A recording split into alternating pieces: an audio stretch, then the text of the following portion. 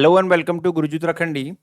Polity की lecture series में आज का जो हमारा टॉपिक है वो है लोकपाल एवं लोकायुक्त। देखते हैं लोकपाल एवं लोकायुक्त से काफी सवाल जो है पेपर में पूछे जाते हैं, तो इससे जुड़े हुए जो है इंपॉर्टेंट चीजें जो है हम कर लेते हैं ताकि पेपर में हमसे ये सवाल ना छूटे इससे आए हुए। ठीक है, देखिए सबसे पहले ये जानते हैं, देखिए कौन से एक्ट में, कौन से अधिनियम में जो है लोकपाल एवं लोकायुक्त का जिक्र है, तो वो देखिए है लोकपाल और लोकायुक्त का जिक्र है वो अधिनियम 2013। लोकपाल एवं लोकायुक्त अधिनियम 2013 जो है, जिसमें संघ के लिए लोकपाल का जिक्र है, संघ के लिए लोकपाल का जिक्र, और राज्यों के लिए लोकायुक्त नाम का एक, ठीक है, आदमी होगा, ठीक है, वो इन दोनों का जिक्र किया गया है। ठीक है, संघ बोलते हैं जो केंद्र, ठीक है, केंद्र के लिए क्या है, केंद्र में अपना लोकपाल होगा, ठीक, और राज्यों में यही काम जो है वो कौन करेगा, लोकायुक्त करेगा। ठीक है, ये दो चीजें आपको पता होनी चाहिए। सबसे पहले आपको ये पता होना चाहिए कौन से अधिनियम में है, 2013 का अधिनियम है। उसके बाद देखिए जानते हैं क्या है लोकपाल एवं लोकायुक्त में जानने वाली बात।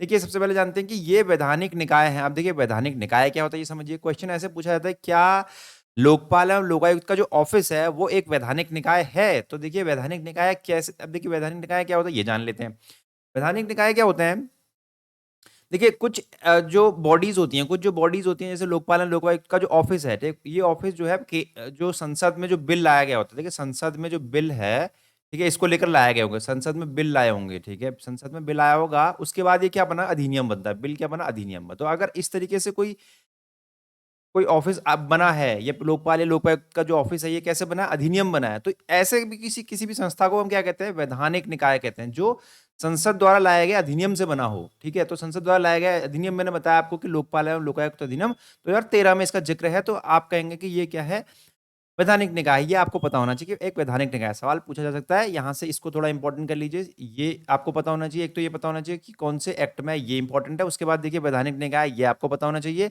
फिर देखिए क्या काम करता है, देखिए सार्वजनिक पदाधिकारियों कार्य क्या करता है ये भी पता होना चाहिए। देखिए सार्वजनिक पदाधिकारियों के खिलाफ जो है संबंधित मामलों के लिए भ्रष्टाचार के आरोपों की जांच करता है। भ्रष्टाचार के आरोप अगर लगे होंगे किसी पर भी, देखिए किसी भी सार्वजनिक पदाधिकारी पे, ठीक है, तो उसकी जांच जो है लोकपाल करेंगे सेंटर में, और राज्यों में यही मामला लोकायुक्त देखेंगे, लोकायुक्त नाम के, ठीक है, एक ऑफिस होगा। ठीक, उसके बाद देखते हैं क्या है इनकी शक्तियाँ रही है, लोकपाल और उसकी शक्तियाँ क्या है, उनके क्षेत्राधिकार है, कहाँ-कहाँ उनका जो है, जो किन-किन पर जो है वो जाँच कर सकते हैं, ये ठीक है, उनकी शक्ति और क्षेत्राधिकार कहाँ-कहाँ कर सकते हैं। देखिए इंपॉर्टेंट देखिए कहाँ-कहाँ कर सकते थे, लोकपाल के जो अधिकार क्षेत्र है उसमें देखिए प्रधानमंत्री के खिलाफ भी अगर मान लीजिए कोई करप्शन के चार्जेस लगते हैं अगर, ठीक है, तो वहाँ भी वो जाँच कर सकते हैं। मंत्री है वो अगर, तो उसके खिलाफ भी जाँच कर, सदस्य, संसद का कोई सदस्य हो वहाँ, समूह ए, बी, सी एवं डी सभी जो एक अधिकारी होंगे उनके खिलाफ जो जाँच कर सकते हैं, और केंद्र सरकार के अधिकारी भी जो इसमें शामिल हैं। ठीक है, तो ये इंपॉर्टेंट पॉइंट है कि पूछा जाए प्रधानमंत्री शामिल होते हैं, तो येस प्रधानमंत्री इज़ आल्सो शामिल। ठीक है, इसमें इसके अगर अगर लोकपाल को जाँच बिठानी हो या लोकपाल को जांच करनी होगी, प्रधानमंत्री किसी कार्य को लेके वो उन्हें लगता हो कि यहाँ कोई करप्शन हुआ हो किसी एक्ट में। ठीक है, उसके बाद देखिएगा कि उनके पास देखिए सीबीआई को भी अगर निर्देश देने का जो अधिकार है, सीबीआई को भी निर्देश देने का अधिकार है लोकपाल को। ठीक है, ये आपको पता होना चाहिए। उसके बाद देखिए लोकपाल की जो जांच शाखा है, ठीक है, जांच की शाखा है, ठीक है, लोकपाल को देखिए, अब देखिए लोकपाल ने क्या जांच करने, तो उनका इंक्वायरी विंग है जिसको हम जांच शाखा कहते हैं, उसको दीवानी न्यायालय की शक्तियाँ दी गई। अब देखिए दीवानी न्यायालय क्या होता है, दो तरीके के न्यायालय हैं अपने पास, एक तो सिविल कोर्ट होता है और एक अपने पास है क्रिमिनल कोर्ट है, क्रिमिनल कोर्ट जिसको हम सेशंस कोर्ट भी कहते हैं, क्रिमिनल कोर्ट है। क्रिमिनल कोर्ट में देखिए वो मामले जाते हैं, देखिए जो भी क्राइम किया हो किसी ने, देखिए मर्डर वाले मामले हैं आपके, मर्डर हो गया, ठीक है, या किसी कोई भी ऐसा काम क्राइम किया हो, चोरी हो, इस तरीके के जो मामले हैं क्राइम कोर्ट में जाएंगे, ठीक है, क्रिमिनल कोर्ट में जाएंगे। ठीक है, अब दूसरा क्या, सिविल सिविल कोर्ट होता है, सिविल कोर्ट को भी दीवानी न्यायालय कहा जाता है, ये दीवानी न्यायालय। अब देखिए सिविल कोर्ट क्या होता है, सिविल कोर्ट में जैसे मान लीजिए अगर आपकी भावनाएं किसी बात को लेकर आहत हो गई, किसी ने अगर आपकी भावनाएं आहत की हो, तो आप देखिए उस पर डिफेम करते हैं, डिफेमेशन का सूट फाइल करते हैं। ठीक है, डिफेमेशन कि इसने आपके जो है वो भावनाएं आहत कहते हैं, या किसी ने आपके खिलाफ, किसी ने ऐसी कुछ बातें कह दी हो जिससे क्या है आपका सम्मान जो है वो ठेस पहुंची हो, तो आप क्या है डिफेमेशन का केस कर देते हैं। ठीक है, इसने आपको बदनाम किया है, तो ऐसे केसेस कहा जाता है, इस तरीके का एग्जांपल दिया मैंने आपको, ये दीवानी न्यायालय में जाते हैं। तो अपना जो लोकपाल है उसके बाद दीवानी न्यायालय की शक्तियां भी होती हैं, ये आपको पता होना चाहिए। कि दो तरीके के कोर्ट बताया मैंने आपको, सिविल कोर्ट है, क्रिमिनल कोर्ट है। जब भी आप देखते होंगे कहीं भी कोर्ट होंगे, सिविल कोर्ट लिखा, एक सिविल कोर्ट होती है और क्रिमिनल कोर्ट है। क्रिमिनल कोर्ट को ही सेशंस कोर्ट भी कहा जाता है, सेशंस कोर्ट। ठीक है, हिंदी में इसको सेशंस कोर्ट भी कहा जाता है। ठीक है, सेशंस कोर्ट। ठीक, ये पता होना चाहिए, दीवानी न्यायालय की शक्ति होती है। ठीक, ये पता इंपॉर्टेंट है आपके लिए। ठीक, उसके बाद देखिए क्या है कि देखिए संसद में कही गई कोई भी बात, संसद में किसी कोई भी मंत्री अगर उसने कोई बात कही हो थोड़ा बहुत अगर ठीक है, तो वहाँ पर अगर वोट का मामला हो, ठीक है, संसद में वोट दिया मंत्री ने, सांसदों ने, तो लोकपाल का वहाँ अधिकार क्षेत्र नहीं है, ठीक है। संसद में कोई भी मामला होता है तो वहाँ पर संसद में मान लीजिए कोई सांसद ने कुछ बात रखी और कुछ गलत पाई गई, तो वहाँ पर उसका क्षेत्राधिकार नहीं है, लोकपाल का क्षेत्राधिकार नहीं है। अब देखिए लोकपाल की संरचना क्या है? इम्पोर्टेंट है, ये इम्पोर्टेंट है, देखिए लोकपाल की संरचना क्या है? इम्पोर्टेंट ये पॉइंट ऑफ व्यू। देखिए इसमें क्या देखिए मल्टी मेंबर बॉडी है, कई सदस्य हैं इसमें। देखिए इसमें एक अध्यक्ष होता है, ये पता होना चाहिए आपको, और अधिकतम 8 सदस्य होने चाहिए। अधिकतम कितने? 8 सदस्य होते हैं, ये इम्पोर्टेंट है आपके लिए, ठीक है? ये आपके लिए इम्पोर्टेंट है, 8 सदस्य और अध्यक्ष होगा एक। ठीक, अब देखिए कौन-कौन होता है इसमें देखिए। देखिए लोकपाल का जो अध्यक्ष है, अध्यक्ष पद कौन संभालता है देखिए, वो भारत के या तो पूर्व मुख्य न्यायाधीश हों, ये पकड़ लीजिएगा। ठीक है, भारत के पूर्व मुख्य न्यायाधीश हो या सर्वोच्च न्यायालय के पूर्व न्यायाधीश, ठीक है, ये पकड़ना है आपको। या तो पूर्व मुख्य न्यायाधीश हो, भारत के पूर्व मुख्य न्यायाधीश, या सर्वोच्च न्यायालय के पूर्व न्यायाधीश हो, यही आपके अध्यक्ष बन सकते हैं। ठीक है, अध्यक्ष आपके कौन बनेंगे? भारत के पूर्व मुख्य न्यायाधीश या सर्वोच्च न्यायालय के पूर्व न्यायाधीश, ये ठीक है। उसके बाद देखिए और कौन बन सकता है, देखिए अगर किसी और आदमी को बनना है मान लीजिए, तो इसके देखिए उसके लिए क्या होना चाहिए उसके बाद देखिए, उसके लिए देखिए उनको एक प्रतिष्ठित व्यक्ति होना पड़ेगा, ठीक है? सम्मानित व्यक्ति होना पड़ेगा, भ्रष्टाचार विरोधी नीति से संबंधित मामलों में। अब देखिए कोई भी ऐसे देखिए भ्रष्टाचार विरोधी नीति से संबंधित मामलों में देखिए 25 न्यूनतम 25 वर्षों का विशेष ज्ञान होना चाहिए उनको। किस फील्ड में होना चाहिए? न्यूनतम 25 वर्षों का ज्ञान देखिए कहाँ होना चाहिए देखिए, विशेष ज्ञान होना चाहिए कहाँ? लोक प्रशासन, सतर्कता, वित्त बीमा, बैंकिंग, कानून और प्रबंधन क्षेत्र में उनको 25 साल का अनुभव अगर उनको उस क्षेत्र में है, ठीक है? तो वहाँ से भी कोई बंदा जो है बन सकता है। लेकिन कितना होना चाहिए? न्यूनतम 20 अन्य न्यूनतम 25 सालों का क्या होना चाहिए? उन्हें अनुभव होना चाहिए उस क्षेत्र में, ठीक है? और बाकी अगर मान लीजिए जुडिशियल मामलों से कोई बने, अगर मामले हमारे कोर्ट्स, ठीक है, जुडिशरी का कोई मेंबर बनेगा, तो वो कौन होगा?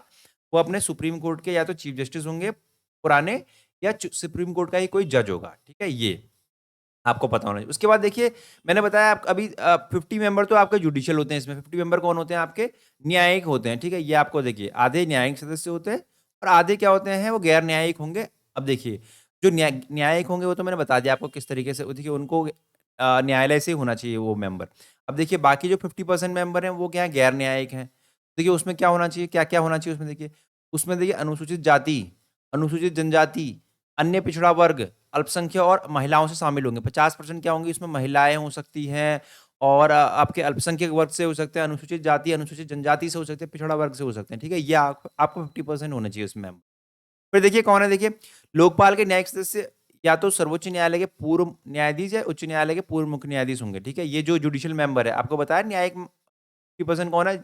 न्यायिक सदस्य ना, तो इसमें जो ये मेंबर होंगे कहाँ से होंगे? ये या तो फॉर्मर जज ऑफ सुप्रीम कोर्ट होंगे, सुप्रीम कोर्ट के जज होंगे, या चीफ जस्टिस होंगे हाई कोर्ट के, ठीक है? यही होंगे लेकिन सर्वोच्च न्यायालय के या तो पूर्व न्यायाधीश हों या उच्च न्यायालय के पूर्व मुख्य न्यायाधीश होंगे, यही सदस्य जो होंगे आपके, ये 50% जो आपके बताया आपको, यहाँ का जो कोटा है वो ये पूरा करेंगे, ठीक है?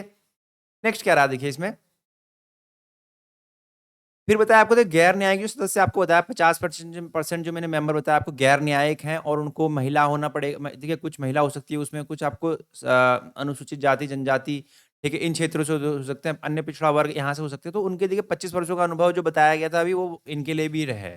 25 वर्षों का अनुभव किस क्षेत्र क्षेत्र में होना चाहिए देखिए, लोक प्रशासन, ठीक है, सतर्कता, बीमा, बैंकिंग, कानून प्रबंधन, इन क्षेत्रों से होना चाहिए उनको, ठीक है, 25 सालों का अनुभव होना चाहिए। उसके बाद देखिए ये इंपॉर्टेंट है, देखिए इनका अगर जो लोकपाल के चेयरमैन है, लोकपाल के कौन? चेयरमैन, ठीक है? चेयरमैन जो आपको बताया, अध्यक्ष जो हैं, जिसको मैंने बताया कि वो चीफ जस्टिस ऑफ या तो पुराने चीफ जस्टिस होने चाहिए, पूर्व चीफ जस्टिस होने चाहिए, या वो अपने सुप्रीम कोर्ट के ही जज कोई हों, ठीक है? तो लोकपाल के चेयरमैन वही बन सकते हैं, अभी थोड़ी देर पहले बताया आपको। देखिए उनका कार्यकाल कितना होगा ये पता होना चाहिए, 5 साल का, ये इंपॉर्टेंट बात है कि 5 साल का कार्यकाल है, वनडे एग्जाम में पूछा जा सकता है आपसे कभी भी कि कितना कार्यकाल होता है, 5 साल का कार्यकाल है उनका, ठीक है? तो देखिए कभी-कभी क्वेश्चन देखिए कुछ संस्थाएँ में 5 साल का रहता है, किसी में 6 साल का रहता है, तो ये आपको कन्फ्यूजन हो सकता है, तो इंपॉर्टेंट है ये 5 साल, याद कर लीजिएगा इसको कि 5 साल का जो है अपने लोकपाल का जो कार्यकाल है वो कितना 5 साल का है। फिर देखिए या तो 70 साल पूरे हो जाएँ, देखिए दोनों में से कोई, या तो 5 साल पूरे हो जाएँ, 5 इयर्स पूरे हो जाएँ, 70 इयर्स पूरे हो जाएँ, तो आपका क्या हो जाएगा, ये जो है आपका कार्यकाल इतना रहेगा।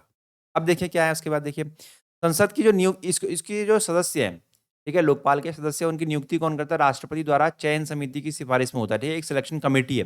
ठीक है, एक चयन समिति होती है, वो सिफारिश करती है राष्ट्रपति को, और राष्ट्रपति तब जो है वो उनको नियुक्ति करते हैं। ठीक है, चयन समिति। अब देखिए, चयन समिति का क्वेश्चन पूछा जा सकता है आपसे। यहाँ इंपॉर्टेंट बात है, आपसे पूछा जा सकता है कि उस चयन समिति में कौन-कौन है। ठीक है, उस चयन समिति में कौन-कौन है। देखिए, चयन समिति में देखिए प्रधानमंत्री होते हैं। देखिए, वो चयन समिति देखिए प्रधानमंत्री से होती है। देखिए, एक प्राइम मिनिस्टर होंगे जो चेयरपर्सन होंगे। ठीक है, चयन समिति के जो अध्यक्ष होंगे, चेयरपर्सन जो है वो प्राइम मिनिस्टर होंगे, प्रधानमंत्री होंगे वही चेयरपर्सन होंगे। ठीक है, उसके बाद देखिए क्या है, लोकसभा के अध्यक्ष होंगे।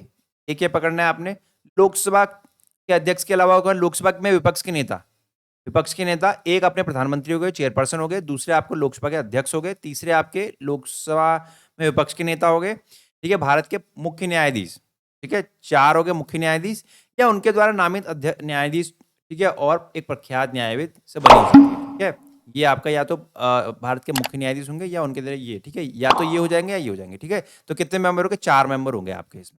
ठीक है, मेनली एक प्राइम मिनिस्टर हो गए, चेयर करेंगे, दूसरा लोकसभा के अध्यक्ष होंगे, तीसरा लोकसभा में विपक्ष के नेता हो गए, 3 हो गए, चौथा क्या हो गया, न्यायाधीश हो गए, भारत के मुख्य न्यायाधीश, 4 हो गए। या मुख्य न्यायाधीश ना हो तो उनके द्वारा कोई मेंबर होगा जो उनने जुडिशरी से ही उनको क्या किया होगा, चुना होगा। ठीक है, नॉमिनेट किया होगा। ठीक है, वो मेंबर, 4 मेंबर है हमने बताया अभी। तो ये पूछा जा सकता है आपकी उस सदस्य, वो चयन समिति में कितने सदस्य होते हैं, 4 सदस्य आपके ये हैं। ठीक है, उसके बाद देखिए, ठीक है, ये तो उतना इंपॉर्टेंट नहीं है, लास्ट पॉइंट। ठीक है, तो यहाँ पर जो है आपका जो अपना लोकपाल, ठीक है, लोकपाल और लोकायुक्त से जो भी क्वेश्चन आपसे पूछा जा सकता है वनडे एग्जाम में, ठीक है, वो हमने कंप्लीट कर लिया। ठीक है, तो आपको ये लेक्चर कैसे लग रहे हैं, तो आप कमेंट के माध्यम से बता सकते हैं। आपको मिलते हैं नेक्स्ट लेक्चर में। Thank you class.